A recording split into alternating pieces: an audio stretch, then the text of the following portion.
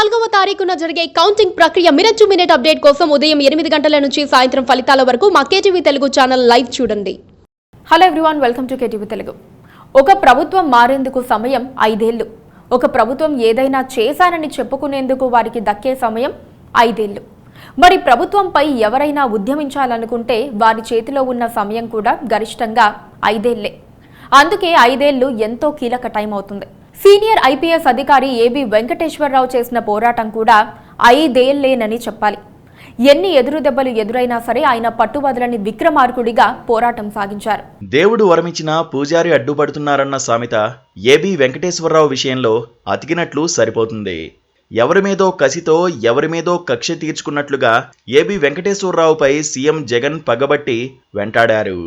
ఈ క్రమంలో జగన్కు కోర్టు ఎన్ని మొట్టికాయలు వేసినా ఆయన తీరు మారలేదు. ఎట్టి పరిస్థితుల్లో ఏబీ ఉద్యోగుల్లోకి రాకుండా అడ్డుకోవాలనే ఆయన కంకణం కట్టుకున్నారు. నిజానికి ఏబీ వెంకటేశ్వరరావుకు హైకోర్టు ఊరటనిచ్చింది. ఆయనపై రాష్ట్ర ప్రభుత్వం విధించిన సస్పెన్షన్ను ఎత్తివేస్తూ కేంద్ర పరిపాలనా ట్రైబ్యునల్ క్యాట్ ఇచ్చిన ఉత్తర్వులను సమర్థిస్తూ తాజాగా హైకోర్టు ఆదేశాలు జారీ చేసింది. దీంతో క్యాట్ ఇచ్చిన ఉత్తర్వులను నిలుపుదల చేయాలని కోరుతూ రాష్ట్ర ప్రభుత్వం దాఖలు చేసిన పిటిషన్ను కొట్టివేసింది. తీర్పును రిజర్వ్ చేసిన హైకోర్టు తాజాగా గురువారం ఉత్తర్వులు జారీ చేసింది. అయితే అసలు పిటిషన్నే కొట్టివేయడం గమనార్హం. ఇది ఒక రకంగా సీఎం జగన్కు ఎదురుదెబ్బేనని రాజకీయ వర్గాలు భావిస్తున్నాయి. మరోవైపు హైకోర్టు పిటిషన్ను కొట్టేయడంతో ఏబీవీకి లైన్ క్లియర్ అయింది. న్యాయ పోరాటంతో ప్రభుత్వాల మెడలు వంచే వారికి ఏబీవీ ఒక ఆదర్శం. పోరాడితే పోయేదేమీ లేదు, ప్రత్యర్థుల పరువు తప్ప అని కూడా ఆయన నిరూపించారు. ఏబీవీ కేసులో జగన్ ప్రభుత్వ పరువు 2 సార్లు పోయింది. అయినా వారి తీరు మారలేదు. ఆఖరి రోజున ఏబీవీని వేధించాలని వైసీపీ ప్రయత్నించింది. 2019లో జగన్ అధికారంలోకి వచ్చిన నాటి నుంచి ఏబీవీపై సస్పెన్షన్ను విధించారు. ఏబీవీ కుమారుడు ఇజ్రాయెల్తో కలిసి స్పై పరికరాల వ్యాపారం చేస్తున్నారని తొలుత పేర్కొంటూ ఆయన్ను సస్పెండ్ చేశారు. దీనిలో ఏబీవీ భాగస్వామ్యం ఉందన్నారు.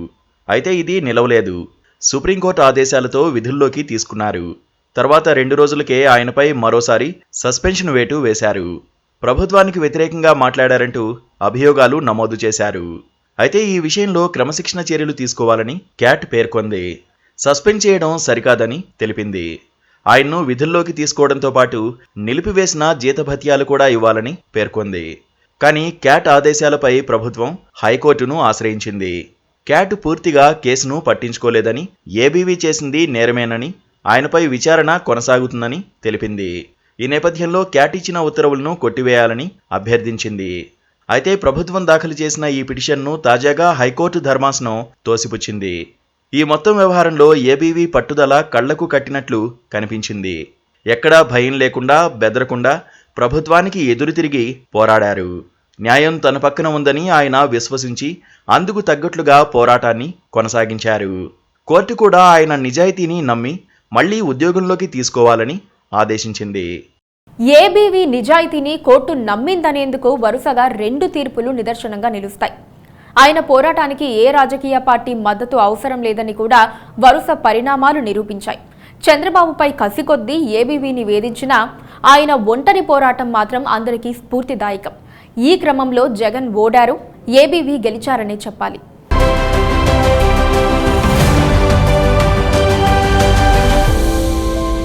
Please do subscribe to Please do subscribe to Please do subscribe to Please do subscribe to Please do subscribe to Please do subscribe to KTV Telugu KTV Telugu KTV Telugu. KTV Telugu KTV Telugu. Please do subscribe to KTV Telugu.